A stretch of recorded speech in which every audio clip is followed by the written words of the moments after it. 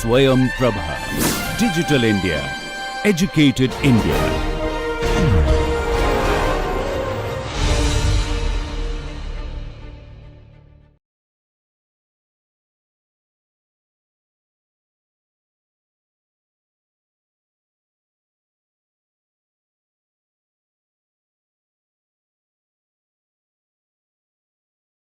Hello students, welcome to today's lecture on the non-aligned movement after the Cold War, examining how NAM navigated one of the most significant transitions in history, in its history. When the Cold War ended in 1991, NAM faced an existential crisis as the very context that had given birth to the movement disappeared.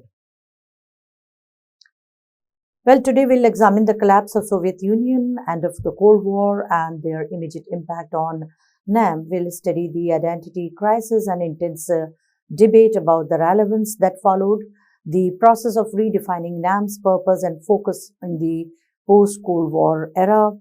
We'll also look at the major NAM summits held since 1991 and how the agenda evolved over time.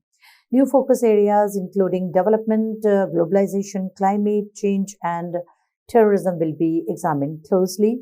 The continuing challenge NAM faces in terms of unity, effectiveness, and institutional capacity will be discussed. India's evolving role in NAM as it transformed into emerging power will receive attention. Finally, we will assess NAM's achievements, continuing relevance, and future prospects. Let us begin by examining the Soviet collapse and the end of Cold War. The Soviet Union, which had existed since the Bolshevik Revolution in 1917, completely dissolved in December 1991. This marked the end of 74 years of communist rule in Russia and Soviet republics. The collapse was relatively peaceful despite the enormous historical significance and scale of transformation. Russia emerged as the main successor state to the Soviet Union, inheriting most of its territory and resources.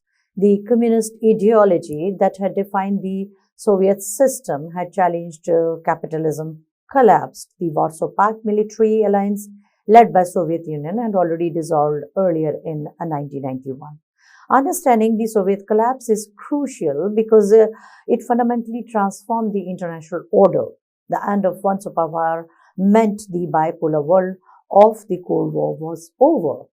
For countries that had maintained close relations with the Soviet Union, this was an enormous shock. Many developing countries, including NAM members, had depended on Soviet support. Let us examine the broader end of the Cold War. Cold War that had defined international relations for over 4 decades came to an end peacefully in 89 to 91. The ideological confrontation between capitalism and communism seemed permanently suddenly ended. The bipolar world with 2 competing superpowers became a unipolar world.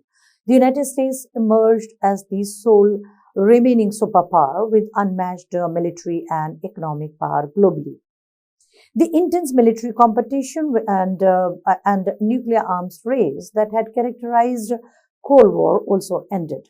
Military alliances like NATO and Warsaw Pact all lost much of their relevance and purpose. Understanding the Cold War's end is essential because it removed the fundamental reason for non-alignment. The blocs that NAM had been formed to avoid no longer existed in the same form. A new international order was emerging, though its shape was initially unclear. This created profound uncertainty for NAM and its members about their role and purpose. Let us look at the immediate impact on NAM. End of Cold War had immediate and profound impact on NAM, identity and purpose. The original rationale for NAM avoiding entanglement in Cold War blocs had completely disappeared. With no blocs to avoid and no bipolar confrontation, the core purpose of NAM seemed to vanish. The movement faced an existential identity crisis about its continued relevance and reason for existence. Member countries were uncertain about whether NAM should continue and if so, in what form. The lack of clarity about NAM's purpose created confusion and uncertainty amongst the membership. There was urgent need for fundamental rethinking of what non-alignment meant in unipolar world. Understanding this immediate impact helps explain the debates and adaptations that followed. Let us examine the intense debate about relevance. Following the Cold War's end, intense debates erupted within and outside NAM about the movement's continued relevance. Some observers and analysts argued that NAM had become completely obsolete and should be dissolved. Other defended NAM's continued importance, arguing the movement represented developing countries' interests. Developing countries still need platform representing their interest. The question of whether to dissolve NAM or continue in modified form was seriously considered. Member countries held varying views based on their different situation and priorities. Ultimately, the decision was made to continue NAM, but with the recognition that it needed new purposes. The movement would need to adapt its objectives and focus to remain relevant. Let us look at the first post-Cold War summit.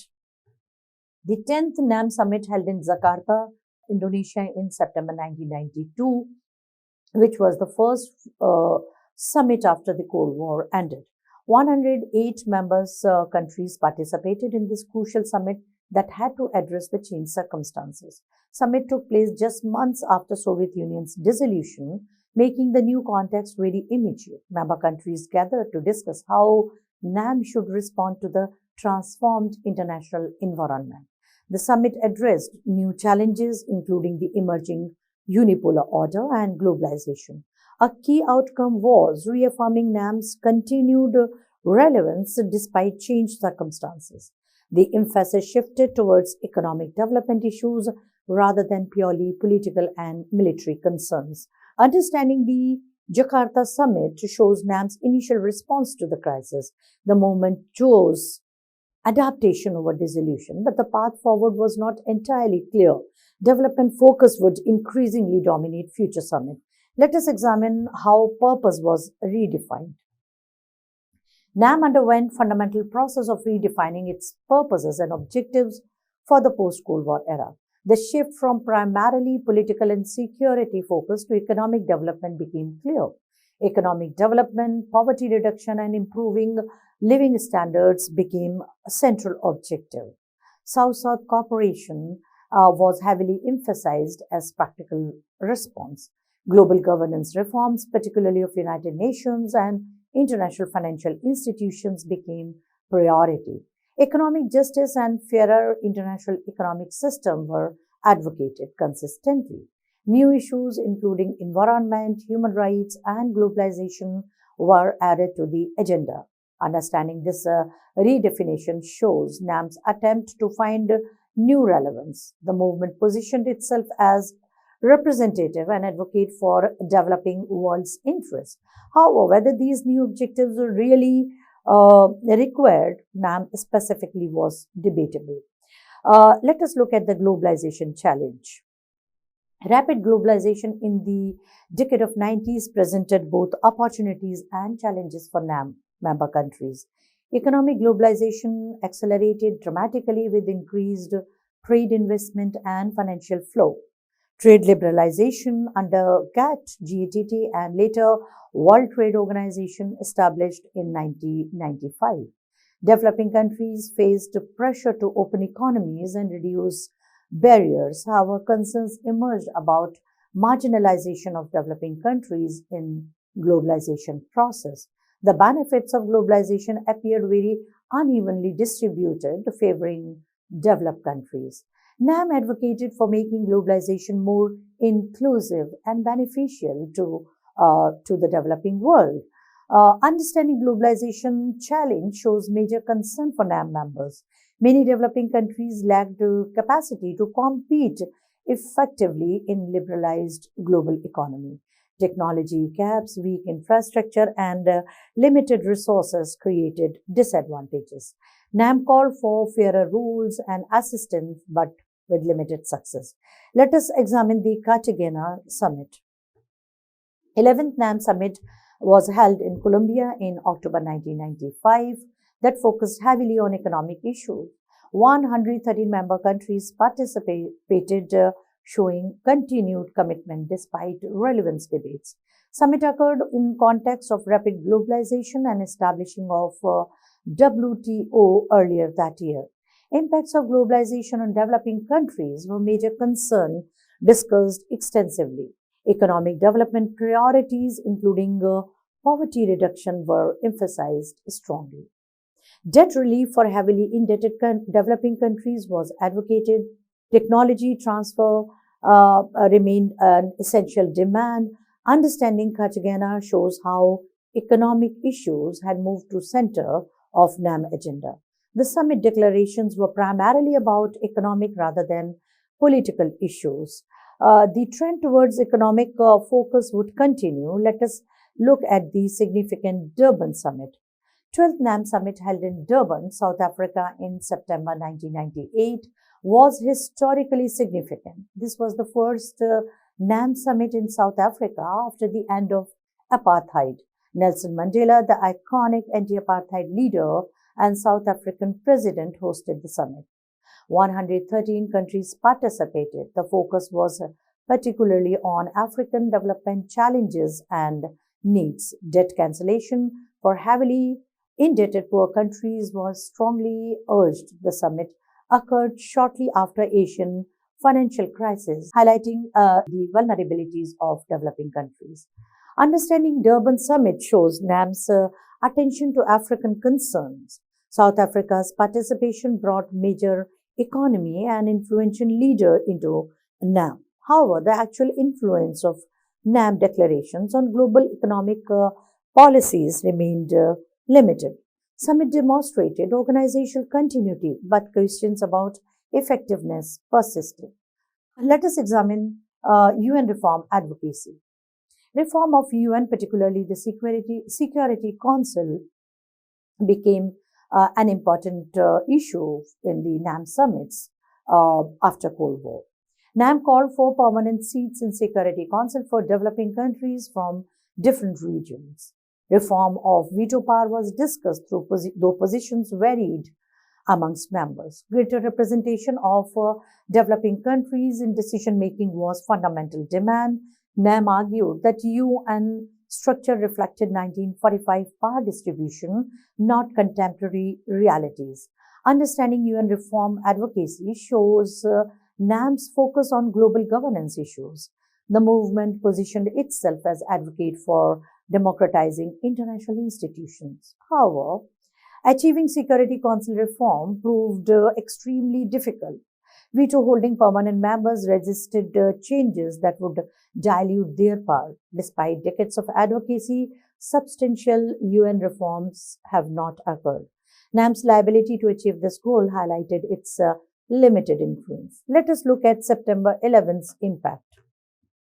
Terrorist attacks of September 11, 2001 in the United States fundamentally changed the global security environment.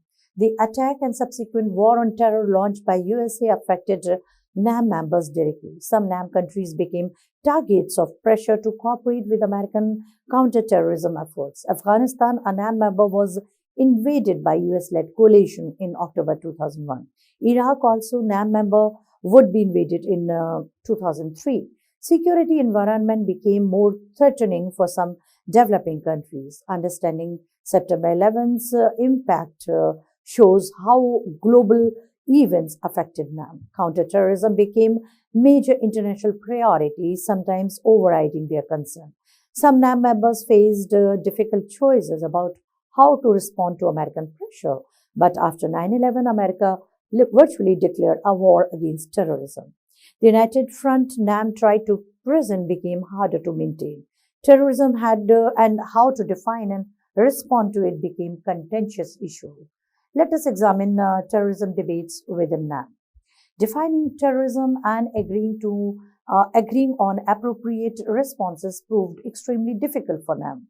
All members condemned terrorism in general terms, however, making distinction between terrorism and legitimate resistance or liberation struggles was contentious. The Palestinian issue was particularly divisive, with different views on what constituted terrorism. Some members wanted to clearly distinguish armed struggle against occupation from terrorism. Achieving consensus on specific definition proved impossible given diverse perspectives. The inability to agree on common position weakened movement's voice. Unity that NAM had sometimes achieved on earlier issues was harder to maintain. The terrorism debates highlighted movement's divisions. Let us now look at Kuala Lumpur Summit. The 13th NAM Summit held in Kuala Lumpur, Malaysia in February 2003, that again occurred in highly charged context. 116 countries participated. The summit took place just weeks before US invasion of Iraq in March 2003. Opposition to unilateralism and emphasis on international law were prominent themes. The summit criticized the impending war on Iraq as violation of international law and UN Charter.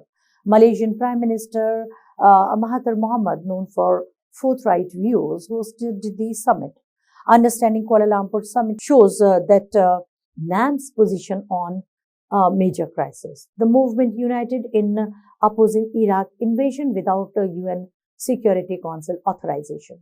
However, NAM's opposition had no effect on preventing the war. The inability to influence American decision highlighted NAM's limited power. Let us examine the Iraq war's significance. United States invasion of Iraq in March 2003 without a UN Security Council authorization was a major concern for NAM. NAM had strongly and unanimously opposed the invasion as violation of international law. Invasion and occupation of Iraq, a NAM member, was seen as unilateral aggression. Concerns about sovereignty and territorial integrity of member states were heightened. Principle of non-interference in internal affairs seemed threatened.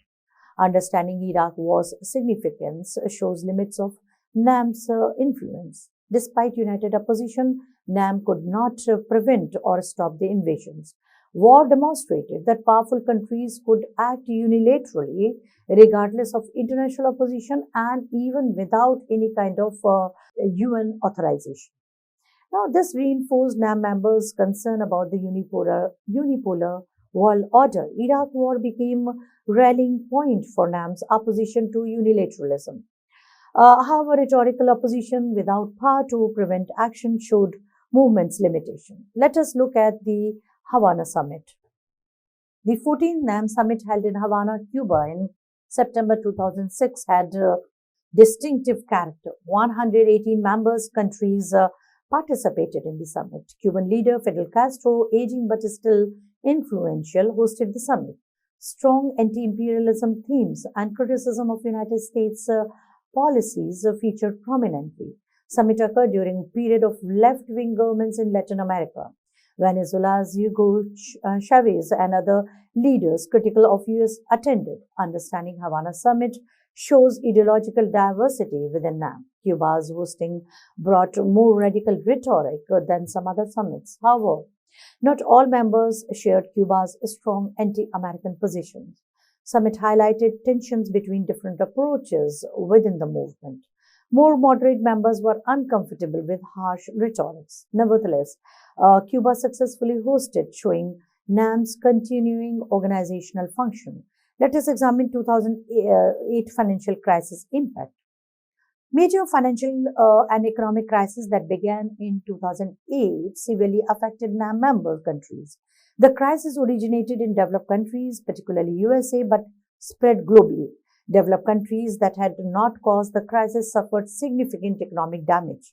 Trade collapsed, commodity prices fell, and investment dried up, affecting development. Many developing countries saw years of, economic progress reversed by crisis. The vulnerability of developing countries to external shocks was dramatically demonstrated. Well, understanding the crisis impact shows how economic challenges NAM members faced. NAM called for developing countries to have greater voice in international financial institutions, and there were huge arguments for reforming global financial system. The crisis showed that globalization transmitted problems as well as benefits. Let us look at the Sharm el-Sheikh Summit. The 15th NAM Summit held in Egypt in July 2009 in shadow of financial crisis. 118 members participated in addressing crisis aftermath, the financial crisis and its devastating impact on developing countries dominated discussions. Reform of global financial system and architecture was major theme. Development financing needs were emphasized given resource constraints after crisis. Climate change also received significant attention as emerging global challenge. The movement called for greater representation in reformed financial institutions. However, actual influence on G20 and other forums addressing crisis was minimal. Developed countries made decisions about crisis response with limited developing country input. The summit demonstrated gap between NAM's call for reform and actual influence. Let us examine climate change focus. Well, climate change emerged as increasingly important issue on NAM agenda during the decade of 2000s. Developing countries, despite contributing least to historical emissions, are most vulnerable to climate impact. NAM advocated for climate justice, emphasizing developed countries' historical responsibility. The principle of common but differentiated responsibilities became a central NAM position. Developed countries should provide finance and technology to help developing countries address climate change. NAM members argued their priority was development and poverty reduction. Understanding climate focus shows NAM addressing contemporary global challenge. The movement positioned itself as voice for climate vulnerable developing countries. However, unity on specific climate policies was sometimes difficult given diverse interests. However, unity on specific climate policies was sometimes difficult given diverse interests. Oil-producing NAM members had different concerns from small island developing states. Nevertheless, climate change became established part of NAM agenda. Let us look at controversial Tehran Summit. 16th NAM Summit held in Tehran, Iran in August 2012 was controversial due to the venue. 120 members countries participated, reaching the current membership level. Iran was under severe international sanctions due to its nuclear program. Some countries were uncomfortable with Tehran venue, but summit went ahead. Syria crisis, which had begun in 2011, was discussed with the deep divisions evident. Understanding Tehran summit shows challenges of maintaining unity. Iran used hosting opportunity to criticize Western sanctions and policies. However, not all members supported Iran's position, creating tension. Syria crisis particularly divided members with no consensus possible. The summit highlighted how contemporary conflicts divided NAM. Let us examine Syria crisis impact. Syrian civil war that began in 2011 created deep divisions within NAM that persist today. Syria is NAM member, but members took different positions on the Assad government. Some members supported Assad regime, viewing opposition as terrorist or Western-backed. Others opposed Assad government, viewing it as oppressive dictatorship. Arab League members were particularly divided on Syria issue. The debates over intervention, sovereignty, and human rights were contentious. Understanding Syria crisis impact shows NAM's difficulty with the contemporary conflicts. The movement could not achieve consensus on the divisive issue. No united NAM position on Syria emerged despite many attempts. Then Syria became an example of how member conflicts undermine movements' unity. Let us look at the Caracas Summit. 17th Summit was held in Venezuela in September 2016, which occurred during Venezuelan severe economic crisis. 120 members countries maintained the membership. Venezuela itself was experiencing inflation, shortage, and political turmoil. The summit criticized Western sanctions on various members. Sovereignty and non-interference principles were strongly emphasized. Understanding Venezuelan summit shows organizational continuity despite host country problems. Venezuela used the summit to gain legitimacy during its domestic crisis. The summit demonstrated NAM's declining prominence in global affairs as the media coverage was minimal compared to earlier NAM events or NAM summits. Nevertheless, the movement continued functioning and holding regular meetings. Let us examine the Baku summit. 18th NAM summit held in Baku, Azerbaijan in October 2019. That was the most recent pre-pandemic summit. 120 member countries participated. The summit focused on sustainable development goals and implementation challenges, support for multilateralism and opposition to unilateralism.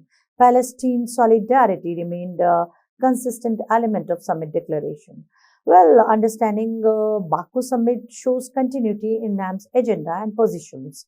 The summit declarations addressed wide range of issues from development to climate change. However, actual impact remained very limited on global affairs.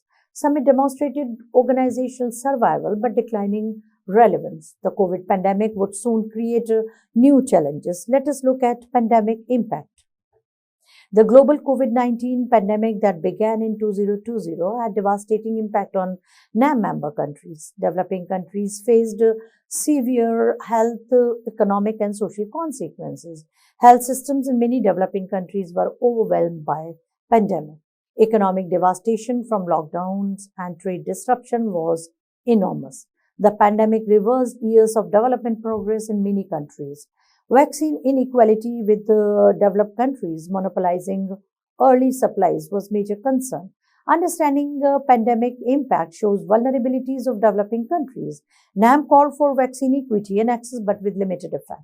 Vaccine nationalism by developed countries left developing countries behind.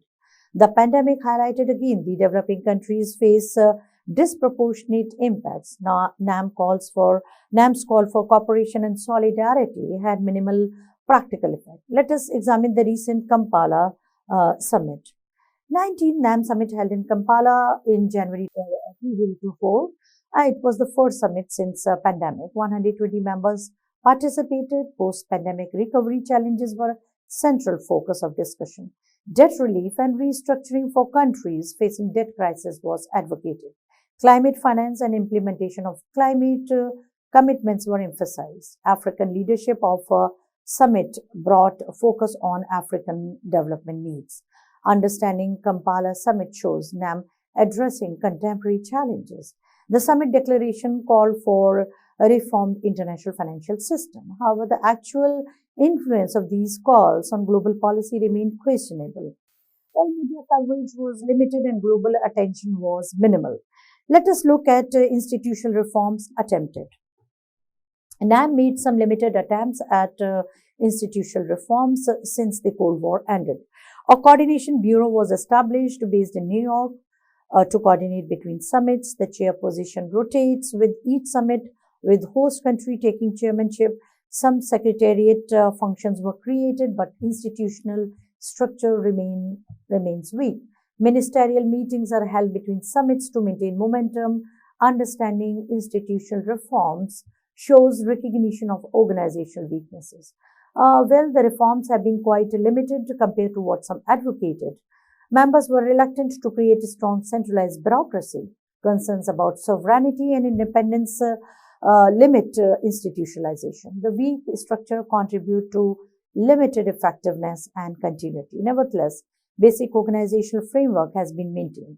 Let us examine the economic development focus. Economic development became absolutely central priority for NAM after Cold War. Poverty reduction, improving living standards, trade expansion, attracting investments became important objectives. Access to technology was consistently demanded. Infrastructure development needs were highlighted. South-South cooperation on practical development projects was encouraged. Understanding development focus shows NAM's shifted priorities. The movement positioned itself as advocate for developing countries' economic interests. However, actual achievement in promoting this goal was limited. NAM's collective advocacy had minimal impact on actual development outcomes. Nevertheless, development remained a rhetorical focus. Let us look at Sustainable Development Goals. Sustainable Development Goals, or SDGs, by United Nations in 2015, adopted by UN in 2015, received strong NAM support. SDGs provided framework for development efforts with clear targets and indicators. NAM members committed to improving SDGs domestically. Major implementation challenges emerge, including financial gaps, technology transfer and capacity building needed for SDG implementation. Progress monitoring showed many countries off track on multiple goals. Understanding SDG focus shows NAM aligning with UN Development Framework. Well, actual financial and technical assistance fell far short of need. Pandemic further set back SDGs progress across developing world. NAM's advocacy for SDG support had limited practical effects. Let us examine debt crisis concern. Many NAM members faced serious debt problems that worsened after pandemic. Heavy debt burdens constrained government spendings on development priorities. Some countries faced debt crises requiring restructuring or relief. Pandemic further worsened debt situation as revenues collapse and spendings increase. Concerns about predatory lending, particularly from some bilateral creditors, emerged. NAM advocated for debt relief and better restructuring mechanisms. Well, actual debt relief proved difficult to obtain. Creditors, including some non-traditional leaders, were reluctant to write off debts. NAM's advocacy for debt relief had limited success. Let us look at Palestine issue continuity. Support for Palestine and Palestinian statehood remained remarkably consistent NAM priority throughout the post-Cold War period. NAM has maintained unified position supporting Palestinian rights. Criticism of Israel policies in occupied territories is a regular feature of declarations. Two-state solution with independent Palestinian state alongside Israel is supported. Status of Jerusalem as Palestinian capital is consistently emphasized. Understanding Palestinian continuity shows one area of NAM unity. The issue has maintained support across all members over decades. Palestine provides rallying point where diverse members can unite. However, actual influence of NAM on Israel-Palestine conflict is not significant. Israeli policies are not affected by NAM position. Nevertheless, Palestine remains a symbolic important issue for movement. Let us examine sanction opposition. Opposition to unilateral sanctions imposed by individual countries became major NAM theme. Particularly, US sanctions on various NAM countries, including Cuba, Iran, Venezuela, were criticized. NAM argued that only UN Security Council can legitimately authorize sanctions. Unilateral sanctions violated sovereignty and international law, according to NAM. The humanitarian impact of sanctions on civilian populations was highlighted. Well, several NAM members were under severe US sanctions affecting their economies. The movement provided a platform for sanctioned countries to criticize sanctions. United States and others continued sanctions regardless of NAM opposition. Let us look at the multipolar world advocacy. NAM consistently advocated for multipolar world rather than unipolar order. The movement opposed the US dominance and hegemony in unipolar movement. Support for emergence of multiple power centers was expressed. Democratization of international relations with greater voice for all countries was advocated. Opposition to any single country's dominance in global affairs. Understanding multipolar advocacy shows NAM's vision for international order. However, NAM had no capacity to actually create multipolar order. The emergence of multipolarity came with the rise of powers like China and not NAM efforts. Well, the question was whether a multipolar world really needed NAM. Let us examine China's growing influence. China's rapid rise and growing influence on NAM members became increasingly important factor. China is not NAM member but holds observer status only. However, China's economic ties with NAM countries expanded dramatically. Belt and Road Initiative, launched in 2013, involved many NAM members. Chinese infrastructure investments and loans became crucial for many developing countries. Understanding China's role shows non-member influencing movement. Some members became heavily dependent on Chinese economic support. This created a potential for China to influence NAM positions indirectly. However, China generally avoided pushing a specific agenda through NAM. China's rise complicated NAM dynamics in various ways. Some members viewed China positively, while others had concerns. Let us look at India's changing role. India's role in NAM changed significantly after Cold War, as India itself underwent lots of transformation. India remained active NAM member. However, NAM was clearly much less central to Indian foreign policy than before. India prioritized multiple other forums, including BRICS, G20, and bilateral relationships. India's rapid economic growth after 91 reforms changed its position. Understanding India's role shows evolution from leadership to selective engagement. India was now emerging economy with different interests from poorest NAM members. Relations with US and other Western countries improved dramatically as India lost its decades-old strategic military and economic partner, that is Soviet Union. And definitely India was now looking towards US and other Western countries. So India practiced multi-alignment with partnership across a spectrum. NAM provided one platform among many rather than centerpiece. Nevertheless, India still values or it still valued NAM for certain purposes. Let us examine India's transformation. India's liberalization starting in 1991 fundamentally transformed the country and its foreign policy too. Geoeconomics was definitely becoming a priority. It was replacing geopolitics. Rapid economic growth, averaging 6 to 7% annually, changed India's global position. India became one of the world's fastest growing major economies. Emerging economy status meant India had different concerns that typical developing country. Relations with developed countries, particularly US, improved dramatically. Understanding India's transformation show why NAM became less important. India's interests increasingly diverged from poorest NAM members. Economic engagements with the developed world became priority. Trade, investment, and technology partnership were emphasized. NAM's focus on North-South issues became less relevant to India with the globalization, obviously. India participated, but without the centrality NAM once had. Let us look at BRICS as alternative. BRICS grouping formed in 2009 brought together Brazil, Russia, India, China, and South Africa.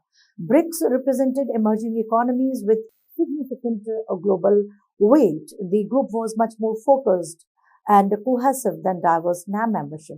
BRICS countries had real economic weight, giving them greater influence. Understanding BRICS shows alternative forums competing with the NAM. For India and other emerging economies, BRICS was often more useful than NAM. The group coordinated on specific economic and development issues. BRICS established a new development bank as an alternative to Western dominated institutions. BRICS received more international attention than NAM in recent years. Existence of BRICS reduced NAM's uniqueness. Members had multiple forums available for different purposes. Let us examine G77. Group of 77 developing countries in United Nations, founded in 1964, overlaps significantly with NAM. Most NAM members are also G77 members, creating a large overlap. G77 focus specifically on economic and development issues in UN context. The group is more institutionalized with clearer structures than NAM. Understanding the G77 relationship shows competing and complementary forums. For economic issues, G77 often more effective channel than NAM. G77 coordinates developing countries' position in United Nations negotiations. The overlap in membership creates some redundancy. However, G77 and NAM maintain separate identities and meetings. Existence of G77 raises questions about NAM's added value. Nevertheless, both continue functioning in parallel. Let us look at regional organizations. Regional organizations became increasingly important, reducing NAM's relative significance. African Union, ASEAN, Arab League, and others gained prominence. Regional bodies are more cohesive with the shared regional interests, better institutional capacity than NAM in many cases. Understanding regional impact shows fragmentation of developing world coordination. Countries often prioritize regional forums over global ones like NAM. Regional organizations delivered more concrete cooperations. Shared geography and culture created stronger bonds. ASEAN's economic success showed regional model working. African Union addressed African issues more effectively than NAM could. Proliferation of forums reduced NAM's uniqueness. Let us examine achievements since 91. Assessing NAM's achievements since Cold Wars and shows mixed record. Most significant achievement was organizational survival beyond original context. Regular summits continued. Agenda adapted to address contemporary issues. NAM provided platform for developing countries' coordination on some issues. Understanding achievements require realistic assessments. However, concrete achievements in changing global rules were very limited. NAM's influence on global economic system, UN reforms, or major conflicts minimal. The declaration and positions were largely ignored by powerful countries. Effectiveness as advocate for developing world was questionable. Nevertheless, survival itself was achievement given the challenges. Let us look at continuing challenges. NAM faces numerous continuing challenges that limit effectiveness and raise relevance questions. Internal divisions among diverse members persist and perhaps increase. Unity on specific controversial issues remains extremely difficult. Weak institutional structures limit capacity for sustained policy coordination. Limited resources constrain activities and outreach. Understanding challenges shows fundamental problems remain unresolved. Media attention and global prominence have declined dramatically. Powerful countries largely ignore NAM positions and declaration. Movement struggles to demonstrate concrete value to members. Alternative forums for various purposes reduce NAM's uniqueness. Young generation in member countries often unaware of NAM. Let us examine effective questions. Questions about NAM's actual effectiveness in achieving objectives are pervasive and serious. The movement's impact on global affairs and major issues is demonstrably limited. Positions taken by NAM are routinely ignored by powerful states. NAM cannot enforce its decisions or ensure compliance. Declarations are often rhetorical. Understanding effectiveness questions shows core problem. Critics argue NAM has become merely talking shop without substance. The gap between ambitious rhetoric and limited achievements is large. Members invest limited political capital given low returns. Resources devoted to NAM are minimal for most countries. The effectiveness problem undermines arguments for continued relevance. Nevertheless, defenders point to intangible benefits. Let us look at strengths that remain.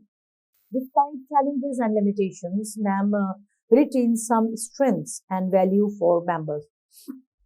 Large membership base of 120 countries provides a broad representation. The movement represents majority of world's nations, though not economic power. But the very number can make it a very strong body. Platform for coordination among developing countries still has some utility. Historical legitimacy from NAM's Cold War role provides credibility. Moral voice on issues of sovereignty, justice, and equity are maintained. Understanding strength shows why movement continues despite effectiveness questions. Networking opportunities at summits have value for smaller countries.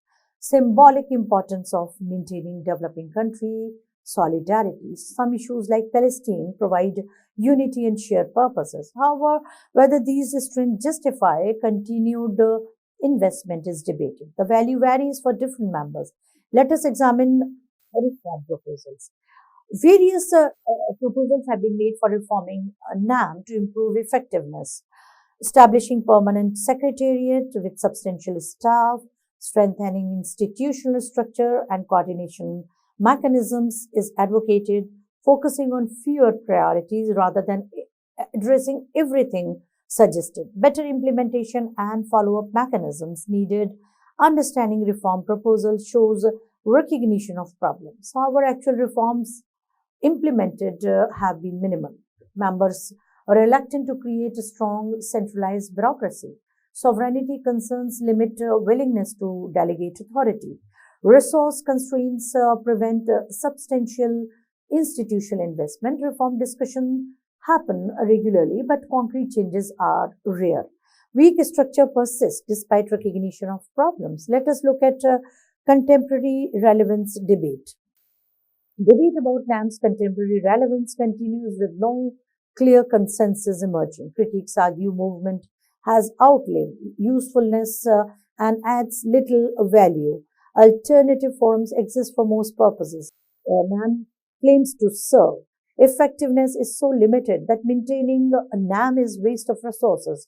Supporters argue NAM still provides valuable platform for developing countries. Multipolar world makes strategic autonomy principles relevant again. Understanding debate shows fundamental disagreement about values. Some see NAM as an obsolete relic of Cold War era. Others believe principles of independence and autonomy remain important. The large membership suggests countries still see some value. However, level of actual engagement varies dramatically. Most countries invest minimal resource, suggesting low priority. Let us compare with the Cold War. Comparing post-Cold War NAM with the Cold War era shows a dramatic decline in prominence and influence. Global media attention has declined from prominent coverage to minimal. Political significance reduced from major forces, a force to marginal voice. Economic focus increased while political security issues became less central. Unity has become harder to maintain with more divisions visible. Understanding comparison shows extent of change. During Cold War, NAM summits were major international events. Leaders of NAM countries had significant global influence. The movement shaped debates on key international issues. Post-Cold War, NAM is much less influential and visible. However, organizational continuity has been maintained. Let us look at future scenario. Several possible future scenarios exist for NAM, ranging from a decline to revitalization, gradual decline into irrelevance with the decreasing participation possible, continued survival at current level of limited influence likely, some possibility of revitalization if finds compelling new purpose. Movement might become purely ceremonial, maintaining form without substance. Understanding scenario shows uncertain future. Much depends on whether NAM can demonstrate concrete value to members. If alternative forum serves all purpose better, NAM may fade. However, organizational inertia and historical legacy support continuation. Some members, particularly small ones, still value platform. The scenario that materializes depends on members' choice. However, the NAM countries may, realizing the importance of economics, go in for a kind of free trade economic zone sort of idea. At least it can be tried, but the number being so huge, it may be difficult to work on the modalities. But since it's an era of economics and economic diplomacy, what NAM should focus more should be on economic diplomacy.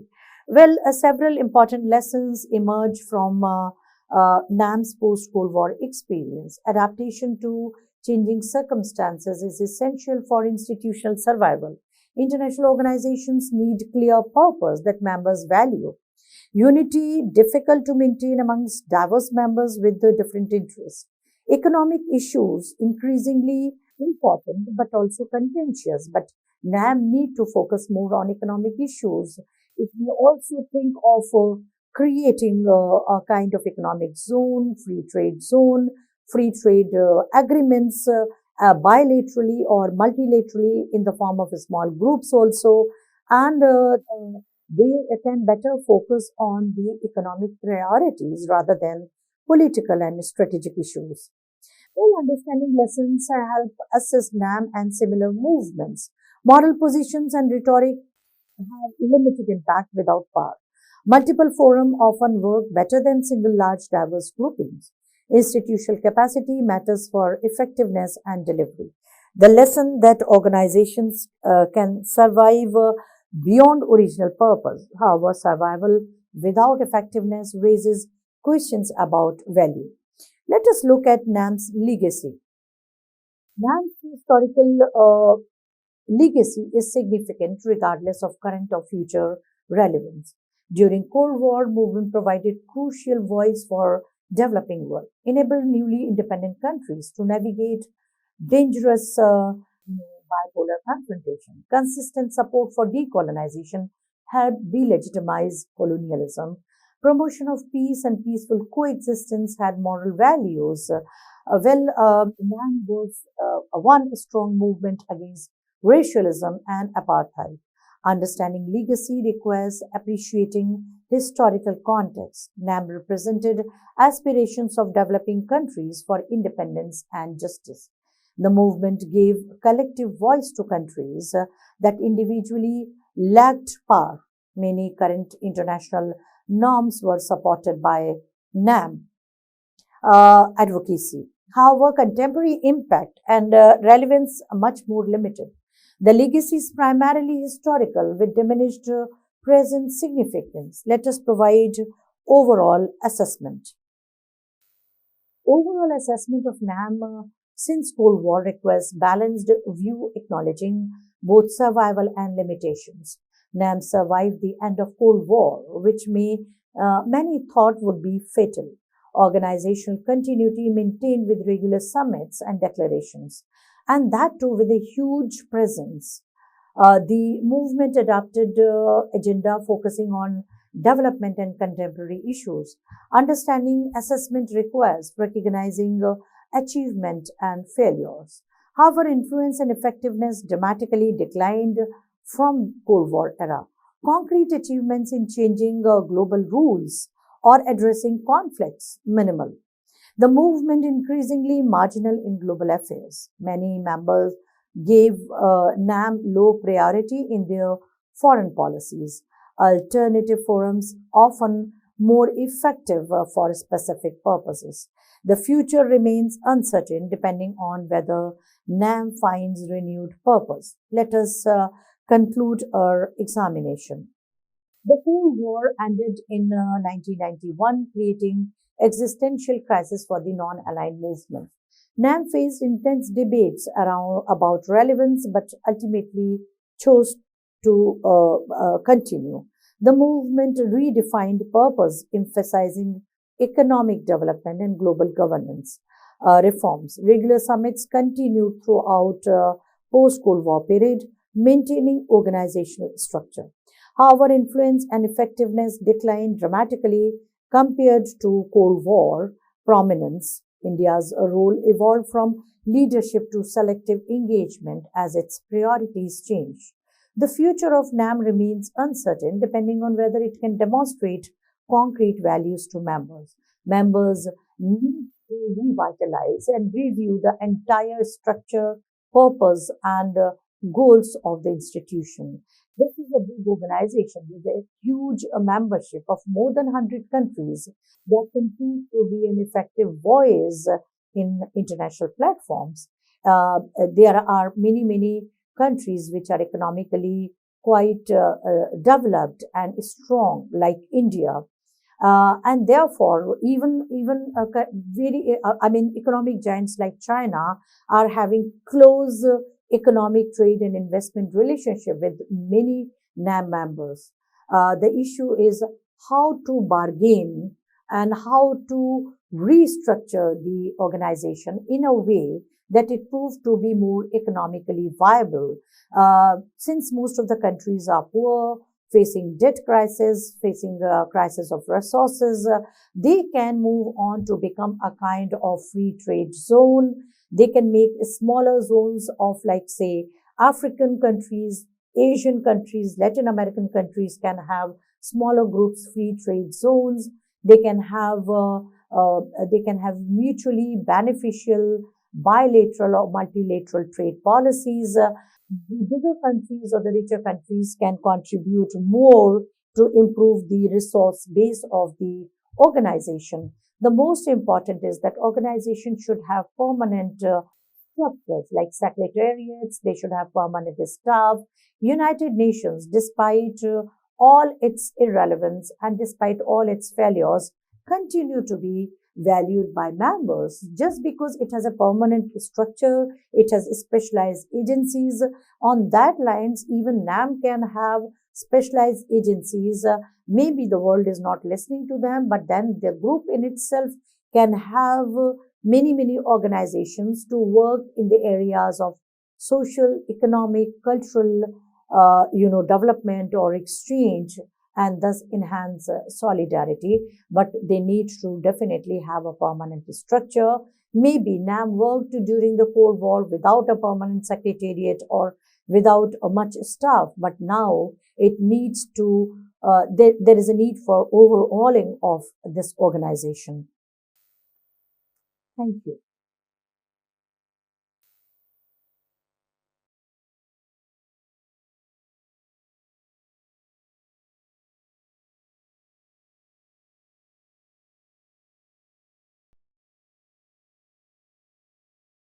I am Dr. Kailash Narayan Pandey, nicknamed as K.N. Pandey. I am professor in Department of Mechanical Engineering, Motilal Nehru National Institute of Technology, Allahabad, Prayagraj. In my present course, which is basically the mechanical system design, it presents a very creative way of designing a newer system. Like if you want to fulfill a customer need or a need from a society has arisen, and to fulfill that requirement or the need, you want to make a product or a system. So, from where to begin and how to end up with making of that product is presented in this mechanical system design course.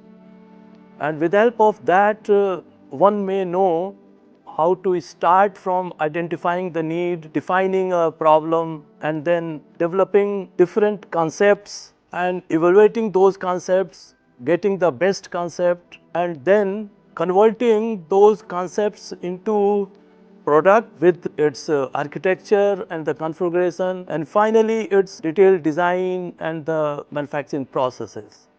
One may get its knowledge from the Swayam Prabha website also, which is www.swayamprabha.gov.in. The student may go to that site and then they will go to the higher education link. By clicking the higher education link, one may get the complete list of courses, their schedule, and the time they will be broadcasted, and the one may get those courses at that place.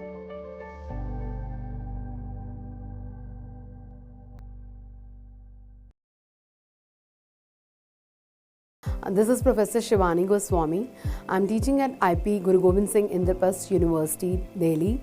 I was given a Hindu law, and in this I had covered all the major areas. There are major acts, be it the Hindu Marriage Act 1955, be it Hindu Adoption and Maintenance Act 1956, be it Hindu Minority and Guardianship Act 1956, Hindu Succession Act 1956, and apart from this, I have also covered the emerging areas which are there in which we study under family law, whether you are an LLB student or an LLM student. It is there, and it's helpful to all those people also who are preparing for judiciary or other competitive exams. In order to access this thing, which is providing free online education, you need to go to on its website first. So it's www.swayamprabha.gov.in, and then you need to scroll down and go to higher education, and then you have to go to various channels. So whatever area suits you or whatever area is of your interest, you can click that and you can have access to those particular areas. I think Swayam Prabha digital platform, it's a game changer in the sense that since it's a digital platform, it is available, it is present, ubiquitous. It is educating endless number of people. So it's a very good platform where education is available at your doorstep.